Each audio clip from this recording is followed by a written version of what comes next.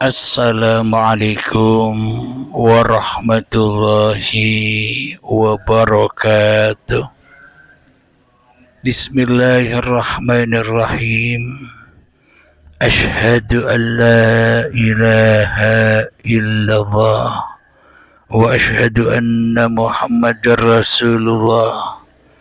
Allahumma salli ala sayyidina Muhammad wa ala ali sayyidina Muhammad. Rabbi israh li sadri wa yassir li amri wahlul 'uqdatam min lisani yafqahu qawli. Amin. Bismillahirrahmanirrahim. Di pagi yang indah ini kita akan mengkaji yakni tentang Isra Mi'raj. Juga kita kaji tentang Al-Qur'annya, tentang ilahiyahnya. Bismillahirrahmanirrahim. Jadi sangat menarik sekali Gus Baha menceritakan tentang pertemuan antara Kanjeng Nabi Muhammad dan Nabi Adam. Inilah lambang Muhammad Rasulullah.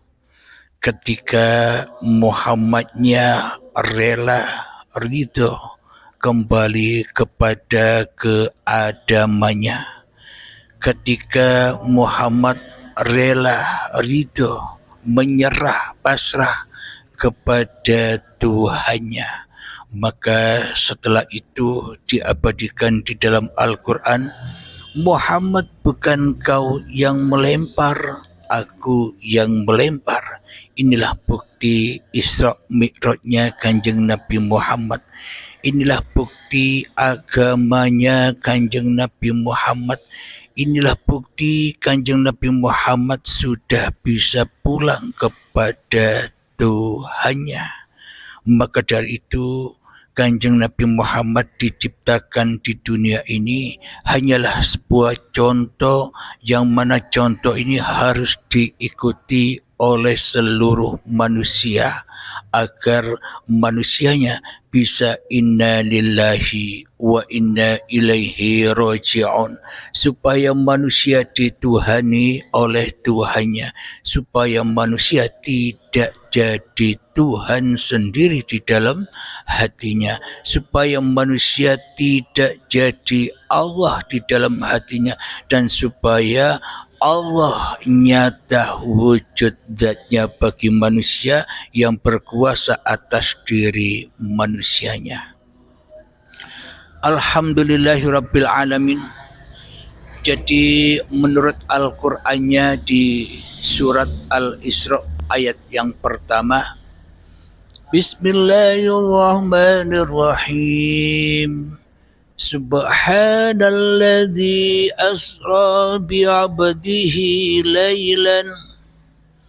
Maha suci Allah yang memperjalankan hambanya. Jadi makna di dalam ini bukan Muhammadnya, tapi hambanya. Siapa hamba Allah itu? Hamba Allah itu adalah seluruh manusia, itulah hamba Allah. Jika Isra Mi'raj ini hanya khusus buat Kanjeng Nabi Muhammad saja, maka ayatnya pasti tidak demikian bunyinya. Ayatnya pasti berbunyi, Subhanalladzi asra bi Muhammadin bin Abdullah. Pasti ayatnya bilang begitu. Bila memang Isra Mi'raj ini hanya khusus untuk Kanjeng Nabi Muhammad saja. Akan tetapi bukti dari ayatnya, Subhanalladzi asra bi'abdihi laylan. Maha suci Allah yang memperjalankan hambanya di suatu malam. Jadi malam inilah yang dimaksud Adam. Malam inilah yang dimaksud gaib. Malam inilah yang dimaksud manusia belum ada, belum wujud, manusia belum hadir di dunia ini. Yang hadir, yang wujud, yang hidup, yang berkuasa, yang suci, yang agung, yang maha besar hanyalah Allah. Maka Allah menyebutkan subhanalladzi asra bi abdihi, maha suci Allah yang memperjalankan hambanya. Kenapa Allahnya suci? Karena hambanya belum ada. Kenapa Allahnya suci? Karena hambanya belum wujud. Kenapa Allahnya suci? Karena hambanya belum bisa mengaku-ngaku bahwa dirinya lah yang hidup. Inilah yang dimaksud di suatu malam, di suatu ketika kita belum ada, di suatu ketika kita masih gaib. Sebenarnya yang wujud hanyalah Allah, dan sebenarnya yang gaib hanyalah selain Allah. Alhamdulillahirabbil alamin. Untuk apa seluruh manusia ini di-Isra Mi'rajkan? Untuk apa seluruh manusia ini diciptakan? Untuk apa seluruh manusia ini diadakan, diwujudkan di dunia ini? Manusia ini diadakan, manusia ini diwujudkan hanyalah wa ma khalaqtul jinna wal insa illa liya'budun. Tidak kuciptakan jin dan manusia hanyalah untuk mengabdi kepadaku. Inna lillahi wa inna ilaihi raji'un. Aku yang menciptakan kamu dan akan kukembalikan kamu kepadaku. Itulah tujuan manusia diciptakan. Tujuan manusia diciptakan agar Allah berperan untuk manusianya, bukan manusianya yang berperan untuk Tuhannya. Manusia diciptakan hanyalah agar supaya Allah menjaga manusianya, bukan untuk manusia yang menjaga Tuhannya dengan ibadah-ibadahnya, bukan manusia yang menjaga Tuhannya dengan belajar syariat-syariatnya, bukan manusianya yang menjaga Tuhan di dalam kehidupan ini, akan tetapi Tuhanlah yang menjaga seluruh manusia. Itulah tujuan Allah menciptakan seluruh manusia. Minal masjidil harami ilal masjidil aqsa alladzi barakna. Jika dibahas secara syariatnya, ya perjalanan Nabi Muhammad dari Masjidil Haram yang zahir itu Mekah menuju ke Masjidil Aqsa yang di Palestina. Itu secara syariatnya, secara Muhammadnya, secara manusianya. Akan tetapi hakikatnya di sisi Tuhannya, mana Masjidil Haram itu? Masjidil Haram itu adalah tempat asli kejadian manusia, tempat asal muasal seluruh manusia, di mana Masjidil Haram adalah tanah asal mula manusia, diberangkatkan dari tanah dengan uripe Allah, diciptakan dari tanah dengan kekuasaan uripe Allah, hingga sampai menuju ke Masjidil Aqsa, yakni sampai menjadi bayi yang suci, yang diberkahi. Bayi yang suci, yang diberkahi, sudah ditunggu-tunggu oleh kedua orang tuanya, sehingga berjamaah dengan kedua orang tuanya. Digambarkan ketika Nabi Muhammad Isra Mi'raj dari Masjidil Haram sampai Masjidil Aqsa. Di dalam Masjidil Aqsa sudah ditunggu-tunggu lama oleh para nabi, oleh para rasul, oleh para malaikat untuk sholat berjamaah. Jadi Isra Mi'raj menurut hadisnya itu adalah lambang seluruh manusia, tanda amsal. Jadi yang diceritakan di hadis itu yakni ceritanya seluruh manusia sesuai Al-Quran. Bukan ceritanya Nabi Muhammad doang, tapi ceritanya Isra Mi'rajnya seluruh manusia. Karena seluruh manusia juga sama-sama hamba Allah. Semua manusia juga sama-sama Rasulullah. Semua manusia juga sama-sama utusan Allah. Semua manusia juga sama-sama pesuruh Allah. Kalau tidak ada Allah, siapa yang merasuli manusia? Bila tak ada uripe Allah, siapa yang mengutus manusia? Bila tak ada uripe Allah, siapa yang menyuruh-nyuruh manusia? Akan tetapi kita selama ini tidak mau menjadi rasulnya Allah. Kita lebih cinta, kita lebih suka, kita lebih demen menjadi rasul-rasulnya iblis, rasul-rasulnya hawa nafsu, utusan-utusannya iblis daripada menjadi utusan uripe Allah. Inilah yang selama ini tidak pernah dikaji oleh manusia. Kenapa? Karena manusia lebih membela dirinya daripada membela Tuhannya. Manusia lebih membela agama hawa nafsunya daripada membela agama Tuhannya. Apa membela agama hawa nafsunya? Manusia merasa yang paling wujud di dalam hatinya daripada Tuhannya. Inilah yang dimaksud agama hawa nafsu.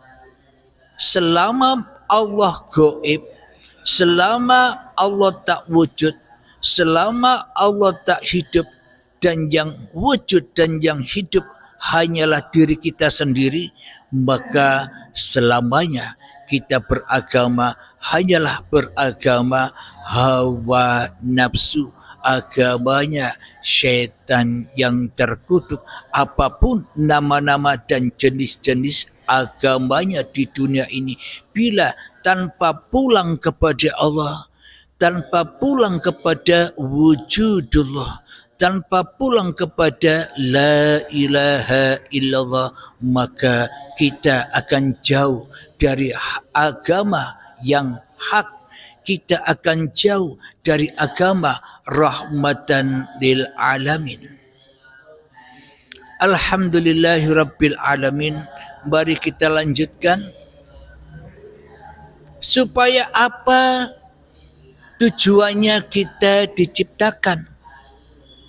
Tujuan Nabi Muhammad di Isra Mi'raj untuk apa? Tujuannya hanyalah haulahu linuriyahu min ayatina, supaya engkau bisa menyaksikan ayat-ayatku, dan supaya engkau tidak hanya menyaksikan ayat-ayat iblis dan setan saja, ayat-ayat hawa nafsumu. Selama ini kan yang kita lihat hanyalah ayat-ayat setan, ayat-ayat iblis, ayat-ayat dajjal, ayat-ayatnya hawa nafsu kita sendiri yang ada di dalam hati kita selama ini, yang bisa kita syahadati, yang bisa kita saksikan. Kita selama ini hanyalah bersyahadat kepada hawa nafsu kita sendiri yang wujud di dalam hati kita. Karena itulah Allah menegaskan di dalam Al-Quran, Inna syaitana lakum aduwwum mubin. Sesungguhnya syaitan itu adalah musuhmu yang nyata bagimu. Jadi siapakah yang paling wujud di dalam hatimu? Jadi siapakah yang paling hidup di dalam hatimu? Jadi siapakah yang paling nyata di dalam hatimu? Jadi siapakah yang paling berkuasa atas dirimu di hatimu? Selama ini kan diri kita sendiri yang jadi Tuhannya, diri kita sendiri yang merasa wujud, dan diri kita sendiri yang merasa hidup. Maka itulah musuh-musuhmu. Jika kita tidak bisa mengalahkan musuh-musuh ini, maka selamanya kita akan terbelenggu, kita akan dibakar dengan urusan-urusan dunia, dengan kepentingan-kepentingan dunia. Kita akan selalu dibakar di dalam dunia ini. Kenapa? Karena kita cinta kepada ahli dunia, hubbud dunia, yang mana cinta dunia itu dapat memutuskan segala sesuatu yang selain Allah, yakni dengan dunia, maka terputuslah cinta manusia kepada Tuhannya. Jadi yang dimaksud haulahu linuriyahu min ayatina, supaya kita bisa menyaksikan ayat-ayat Allah itu yang bagaimana. Jadi kalau kita sudah menyadari bahwa Isra Mi'raj itu bukan hanya untuk peringatan saja. Jadi Isra Mi'raj itu harus kita raih kembali, bahwa diri kita pun juga, seluruh manusia pun juga Isra Mi'raj, diciptakan Allah, diperjalankan Allah, dikuasai Allah, dipelihara Allah, dijaga Allah, dikuasai oleh Allah, dikasih sayangi oleh Allah. Bukan hawa nafsu yang melakukan itu semua. Inilah tanda-tanda bahwa seluruh manusia pun juga di-Isra Mi'rajkan, diciptakan, diperankan, dan dikembalikan, dihidupkan, diperankan, dan dimatikan sama seluruh manusia. Apapun agamanya, apapun golongannya, apapun alirannya, semuanya bila sudah kembali kepada agama Allah, semua sama. Kenapa? Karena hanya Allah lah yang berkuasa, karena hanya Allah lah yang berperan, karena hanya Allah lah yang membuat panggung sandiwara tiap-tiap diri manusia. Karena Allah qiyamuhu binafsihi, Allah berdiri pada tiap-tiap apa yang diciptakannya. Jadi tidak ada yang sama, tidak ada yang sama. Jadi apapun peran-peran manusia, yaitulah yang dimaksud khairihi wa syarrihi minallah. Wallahu khalaqakum wa ma ta'malun. Allah lah yang menciptakan kamu, dan Allah pula yang berkuasa atas apapun yang engkau lakukan. Inilah yang dimaksud lillahi ta'ala. Inilah yang dimaksud Isra Mi'raj. Kita menyadari kita dari Allah. Kita menyadari bahwa hidup ini Allah. Kita menyadari bahwa apapun yang tergerak, apapun yang terperan di dalam kehidupan kita, semua dari qada qadarnya Allah. Inilah yang dimaksud Isra Mi'raj. Bila kita demikian, berarti kita menjadi umatnya Kanjeng Nabi Muhammad. Kenapa? Karena hatinya ikut hatinya Kanjeng Nabi Muhammad. Inilah yang dimaksud Isra Mi'raj itu. Contoh dalam aplikasi kehidupan. Ketika kita saat duduk, di dalam hati kita terbang kepada Allah seperti kilat. Apa maknanya Mi'raj? Apa maknanya? Di dalam dudukku ini bukan kuasaku, karena tanpa Allah dudukku tak ada. Dengan adanya Allah, dudukku ini ada. Ketika kita bicara naik Mi'raj kepada Allah, sadar di dalam hati kita bahwa dengan Allah lah ada kalam-kalam ini. Tanpa ada Allah maka tak akan pernah ada kalam. Bila saya tak ada maka tak akan ada pula kalam-kalam ini. Inilah yang dimaksud mi'raj itu. Ketika kita sholat berhati naik kepada Allah. Mi'raj as-sholatu mi'rajul mu'minin. Sholat itu tempat mi'rajnya orang mukmin, orang yang sudah kembali kepada Allah.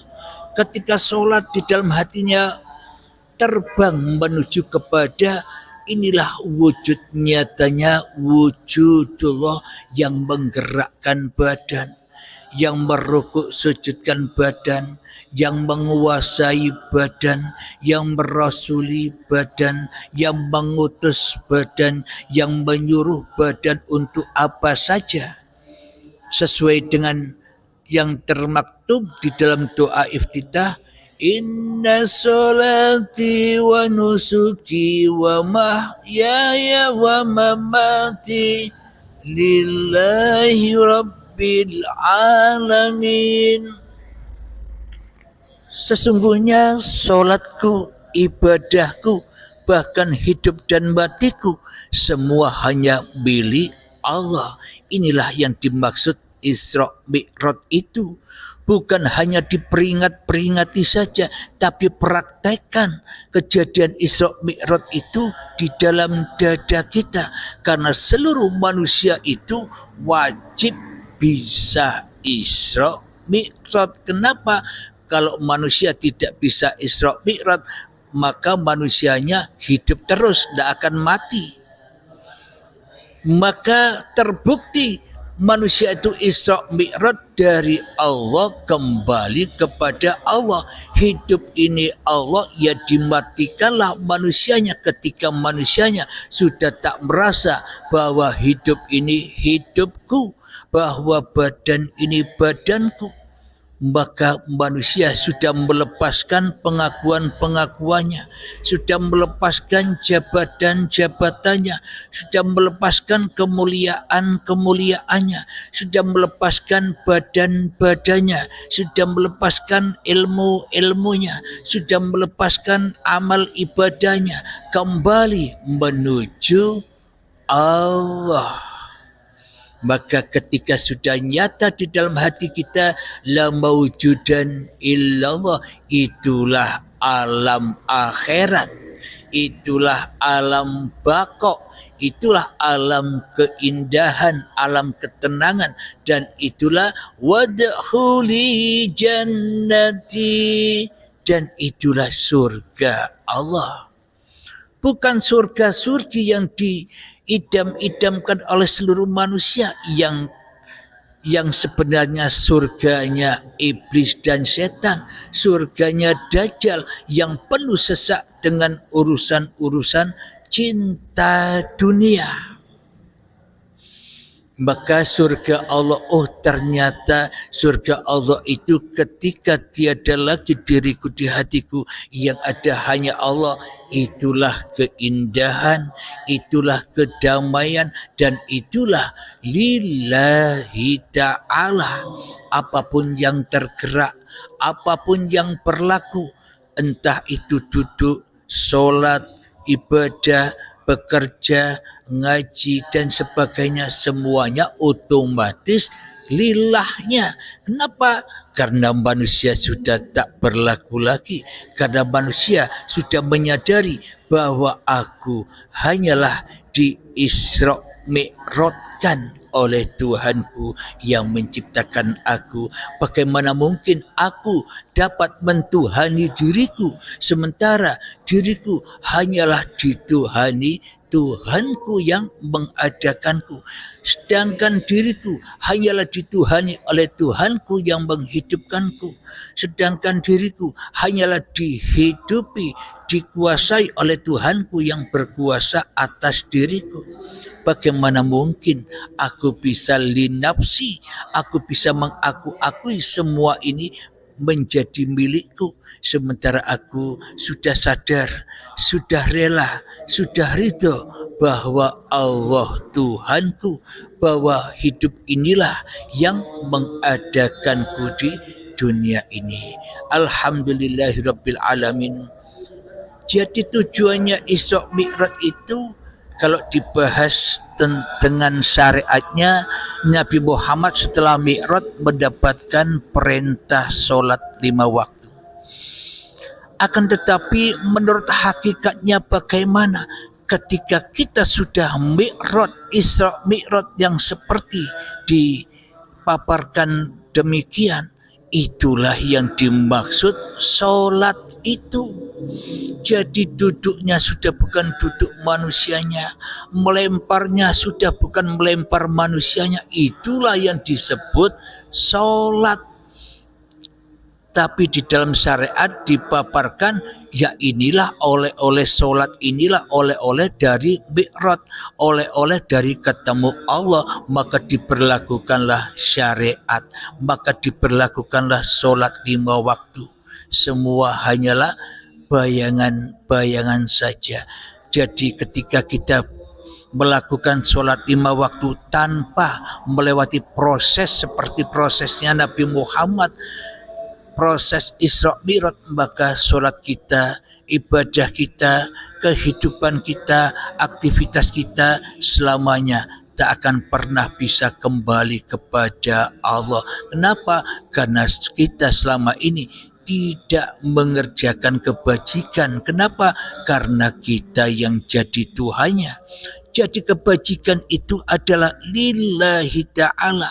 Ketika Allah sudah berkuasa atas diriku, ketika Allah sudah berkuasa atas hidupku, setelah Allah berkuasa atas apapun yang kukerjakan, itulah yang dimaksud lillahi ta'ala. Maka samalah iman kita dengan imannya para nabi, maka samalah iman kita dengan imannya para rasul, maka samalah iman kita dengan contoh yang sudah dicontohkan oleh Kanjeng Nabi Muhammad. Muhammad, bukan kau yang melempar, aku yang melempar. Maknanya kita sudah menjadi golongan Muhammad Rasulullah, Muhammad yang diutus oleh Allah, bukan Muhammad yang diutus oleh hawa nafsune dewe-dewe.